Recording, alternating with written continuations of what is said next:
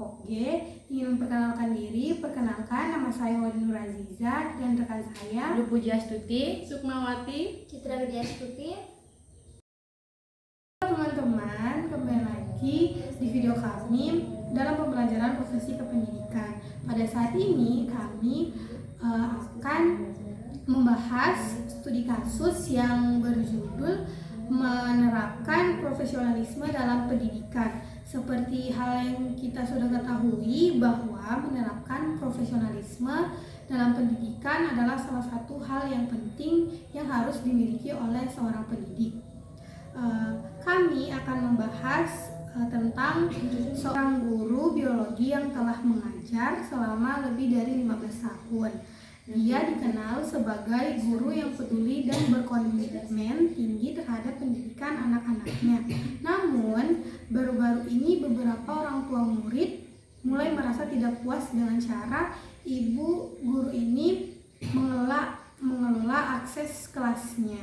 Ada beberapa masalah yang didapat dari orang-orang tua murid yang merasa bahwa ibu guru ini tidak lagi menunjukkan tingkat profesionalisme yang tinggi dalam pekerjaannya. Beberapa keluhan itu yang diajukan termasuk ketidaksesuaian dalam berpakaian, keterlambatan dan absensi, dan ketiga, kekurangan dalam mempersiapkan pembelajaran di dalam kelas.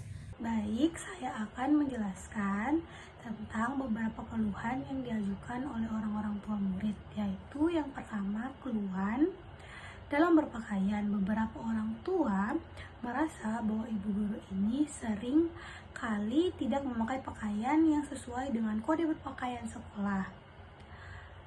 Mereka merasa bahwa ini merusak citra sekolah dan memberikan contoh yang buruk terhadap anak-anak. Yang kedua, keterlambatan dan absensi. Ibu guru ini sering sekali terlambat masuk ke kelas dan kadang-kadang absen tanpa pemberitahuan sebelumnya. Hal ini membuat para murid harus menunggu lama di luar kelas dan proses pembelajaran terganggu. Dan yang ketiga adalah kekurangan dalam persiapan pembelajaran. Beberapa orang tua merasa ibu guru ini kurang mempersiapkan pelajarannya dengan baik. Mereka mendengar dari anak-anak bahwa beberapa penjelasan pelajaran yang dijelaskan oleh ibu ini kurang menarik. Dan yang merujuk pada studi kasus ini, ada beberapa masalah yang saya ingin ajukan kepada teman-teman saya. Masalah yang pertama yaitu bagaimana seorang guru dapat menghadapi tantangan dalam menjaga profesionalisme dan pekerjaannya dan memberikan contoh yang baik kepada murid-muridnya. Saya persilahkan untuk Sukma. Baik, saya akan menjawab pertanyaan tersebut. Menurut saya, menjadi seorang guru merupakan profesi yang penuh tantangan untuk menjadi profesionalisme dan kunci pendidikan yang efektif agar menjadi panutan bagi murid. Berikut ada beberapa tantangan yang harus dipenuhi oleh seorang guru agar menjadi profesionalisme dan contoh-contoh konkret yang dapat mereka berikan kepada guru. Yang dimana tantangan yaitu tekanan kerja.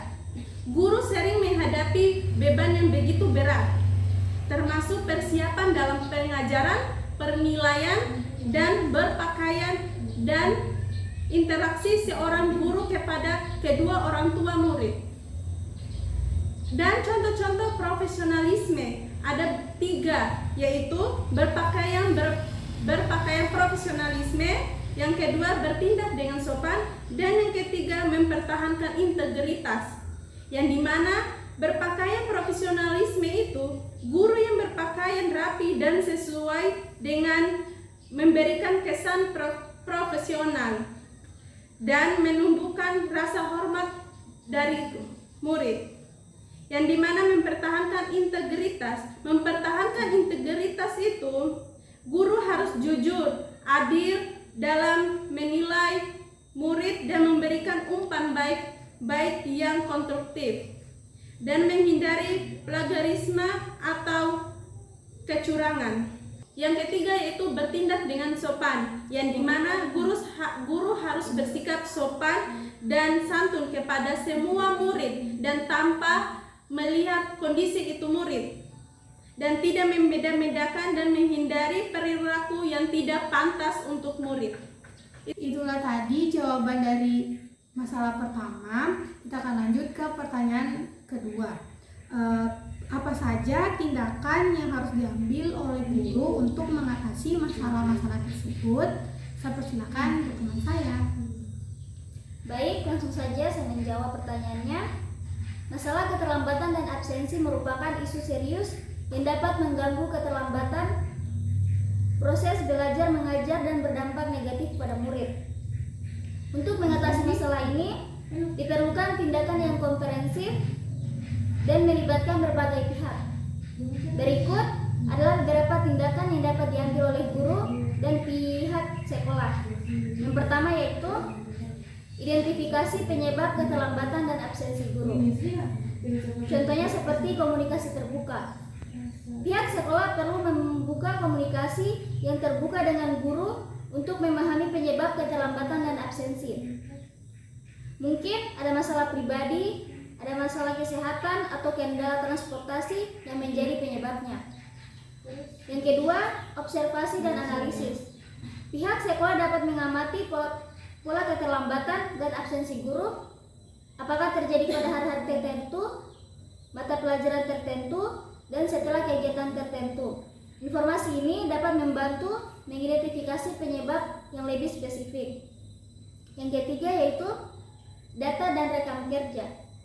Pihak sekolah dapat mengumpulkan data dan keterampilan dan absensi guru untuk melihat tren dan pola yang muncul.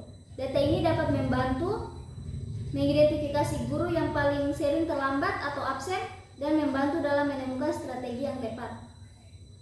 Contoh yang kedua yaitu strategi pencegahan. Menetapkan aturan yang jelas. Pihak sekolah harus menetapkan aturan yang jelas tentang keterlambatan dan absensi guru, termaksud konsekuensi yang akan diberikan. Aturan ini harus dikomunikasikan dengan jelas kepada semua guru. Contoh yang kedua, program edukasi. Pihak sekolah dapat mengadakan program edukasi tentang pentingnya kehadiran guru dan dampak negatif dari keterlambatan dan absensi guru. Contoh yang ketiga yaitu tindakan korektif.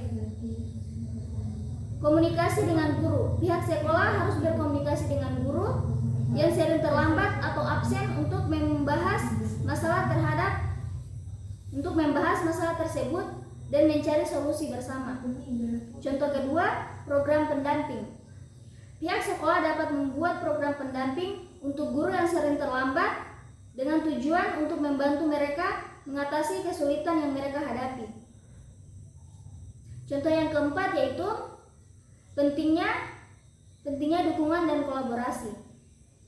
Dukungan dari pihak sekolah. Pihak sekolah harus memberikan dukungan yang penting terhadap guru dalam mengatasi masalah keterlambatan dan absensi. Sekolah dapat menyediakan sumber daya yang diperlukan seperti konselor, program pendamping, atau sistem pelacakan. Contoh yang kedua seperti kolaborasi dengan guru. Pihak sekolah harus bekerja sama dengan guru untuk mencari solusi yang efektif.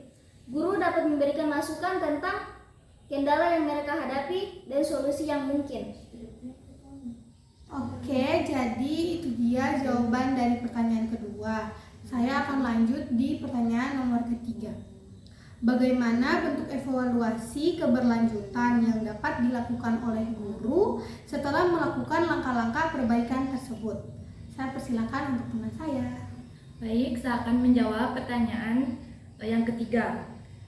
Berdasarkan evaluasi dari kasus ini, peningkatan mutu sekolah atau pendidikan sangat besar pengaruhnya dari pengembangan profesionalisme guru.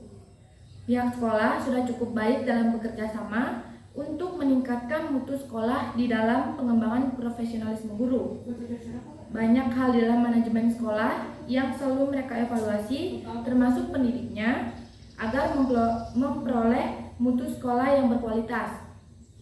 Profesionalisme guru merupakan hal yang sangat penting dalam hal mendidik, karena harus memiliki keahlian sesuai bidangnya, sehingga kualitas pendidikan banyak ditentukan dengan kualitas pendidiknya.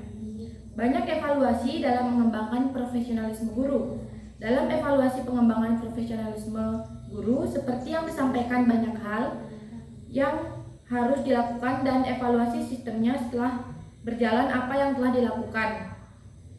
Seperti terus meningkatkan kualitas pada pelaksanaan proses pembelajaran, berdiskusi tentang sistem pembelajaran, dan ataupun melalui organisasi profesi, mengembangkan kompetensi dan perform, mengkaji jurnal dan buku-buku pendidikan untuk meningkatkan pengetahuan, dan mengikuti kegiatan-kegiatan seperti seminar, diklat, KKG, dan PKG, serta kegiatan lainnya yang mendukung perkembangan profesionalisme guru.